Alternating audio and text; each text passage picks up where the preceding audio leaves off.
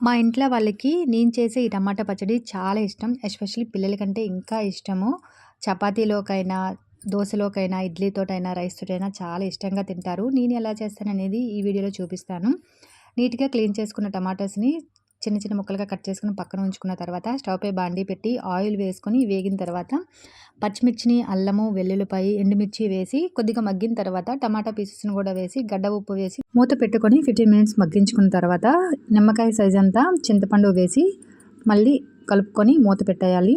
తర్వాత మొత్తంగా మళ్ళీ 10 మినిట్స్ మళ్ళీ కుక్ చేసుకొని స్టవ్ ఆఫ్ చేసి మూత తీసేసి చల్లారిన తర్వాత మిక్సీ వేసుకునేలోపు మీతో ఒక విషయం షేర్ చేసుకుంటాను. అమ్మ వాళ్ళు పెళ్ళిళ్ళు అయ్యేటప్పుడు పెద్దవాళ్ళు అన్ని సలహాలు భర్తతో ఎలా ఉండాలి, ఇంట్లో అత్తమామతో ఎలా ఉండాలి చెప్పి పంపించేవాళ్ళు. ఎగ్జాంపుల్గా చెప్తున్నాను. కానీ ఇప్పుడు వాళ్ళకి చెప్పినా చెవును పెట్టుకోవట్లేదు. కానీ చాలామంది అన్నీ మాకే తెలిసి అనుకొని లైఫ్ని, ఇప్పుడు ఉన్న జనరేషన్ లైఫ్ని ఎలా స్పాయిల్ చేసుకుంటున్నాం అనేది ప్రతి ఒక్కరికి తెలిసిన విషయమే. కానీ బుర్రున్నోడు బుద్ధున్నోడు ఎవరైనా సరే పెద్దవాళ్ళు సూచన తీసుకొని లైఫ్ని లీడ్ చేయడంలో సక్సెస్ అనేది ఎంత బాగుంటుంది.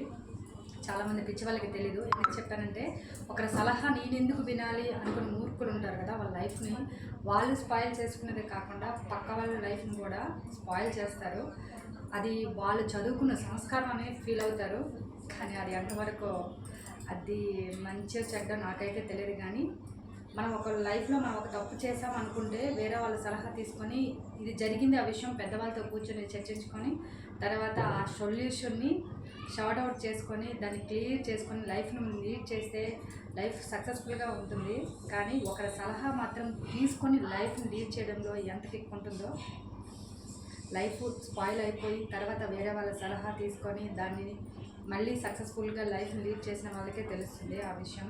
ఎందుకో చెప్పాలనిపించింది, మీతో చెప్పాను. ఎందుకో మనసులో చెప్పేయాలి అనిపించింది, చెప్పేశాను.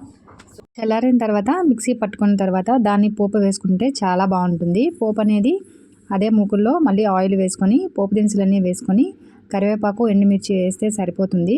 మనం మిక్సీ పట్టుకున్న టమాటా గ్రేవీ మొత్తం వేసి మళ్ళీ 10 మినిట్స్ సిమ్లో పెట్టి కుక్ చేసుకొని పచ్చి ఆనియన్స్ కట్ చేసాం కదా, పచ్చి ఆనియన్స్ స్టవ్ ఆఫ్ చేసి వేసి మూత పెట్టి వేడివేడి రైస్లో కొద్దిగా నెయ్యి వేసుకుని తింటే చాలా బాగుంటుంది. నా వీడియో నచ్చినట్లయితే ప్లీజ్ సబ్స్క్రైబ్ చేయండి, లైక్ చేయండి.